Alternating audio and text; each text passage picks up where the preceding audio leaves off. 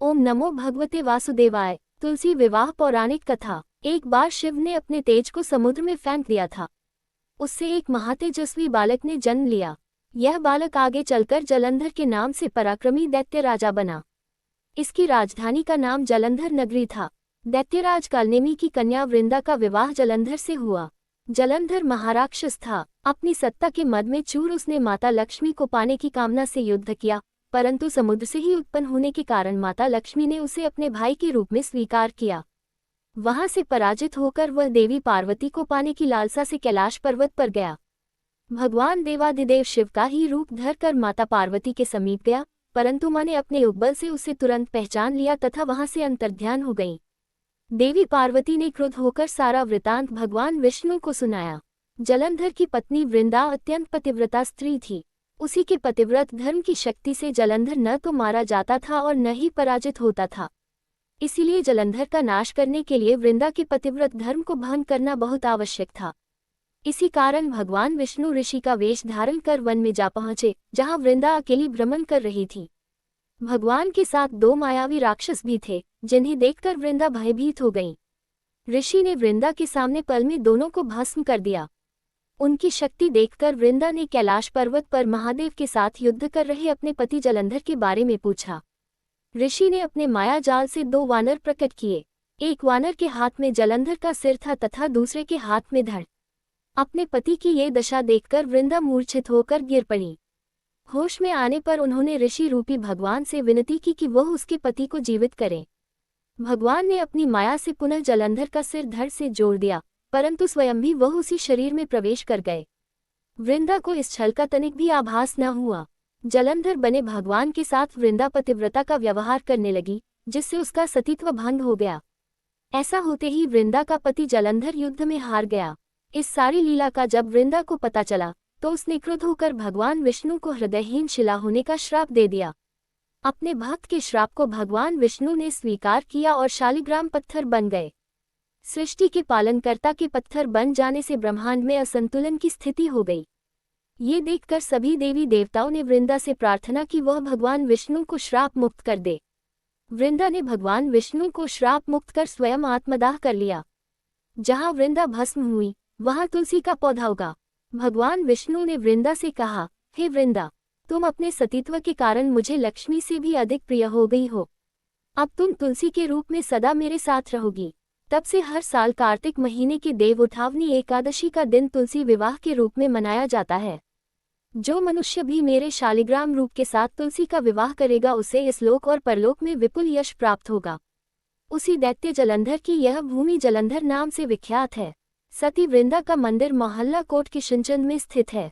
कहते हैं कि इस स्थान पर एक प्राचीन गुफा भी थी, जो सीधी हरिद्वार तक जाती थी। सच्चे मन से 40 दिन तक सती वृंदा देवी के मंदिर में पूजा करने से सभी मनोरथ पूर्ण होते हैं। जिस घर में तुलसी होती है, वहां यम के दूत भी असमय नहीं जा सकते। मृत्यु के समय जिसके प्राण मंजरी रहित तुलसी और गंगा जल मुख में रखकर निकल जाते हैं, वह पापों से मुक्त होकर वैकुंठ धाम को प्राप्त होता है। जो मनुष्य तुलसी व आंवलों की छाया में अपने पितरों का श्राद्ध करता है, उसके पितर मोक्ष को प्राप्त हो जाते हैं। तुलसी विवाह विधि। हिंदू धर्म में तुलसी को मां लक्ष्मी का प्रतीक माना जाता है। घर में इसके पौधे को लगाने से सुख समृद्धि बनी रहती है। हिंदू धर्म में तुलसी को मां लक्ष्मी का प्रतीक माना जाता है। घर में इसके पौधे को लगाने से सुख समृद्धि बनी रहती है।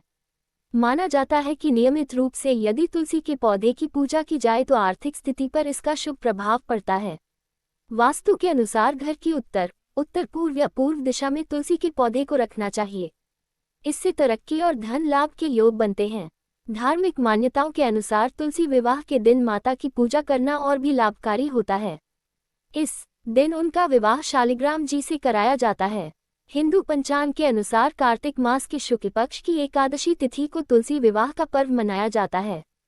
इस साल 12 नवंबर 2024 को तुलसी विवाह का त्योहार है। इस दिन देवउठनी एकादशी का व्रत भी रखा जाएगा।